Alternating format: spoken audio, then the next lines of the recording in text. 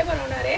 त्याच्यासाठी बघा शेंगदाणे घेतलेले आहेत, भाजून बारीक केलेले आहेत. त्याच्यामध्येच हिरवी मिरची पण बारीक केलेली आहे, मीठ आहे, साखर आहे आणि हे 3 जिरे टाकणार आहे आणि हे सगळं मिक्स करून घेणार आहे. आता मळून घेणार आहे.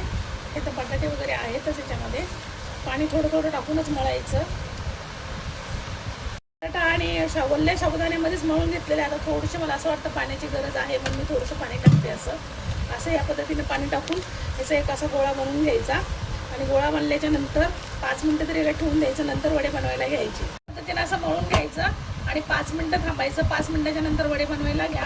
त्याच्यावर काहीतरी कवर करून टाका. 5 मिनटं झालेले आहेत. मी वडे बनवायला घेतलेले आहेत. हे बघा असं बनवायचे वडे. अशा हातावरती करून घ्यायचे आणि ठेवायचे. एकदाच तळायचे वडे.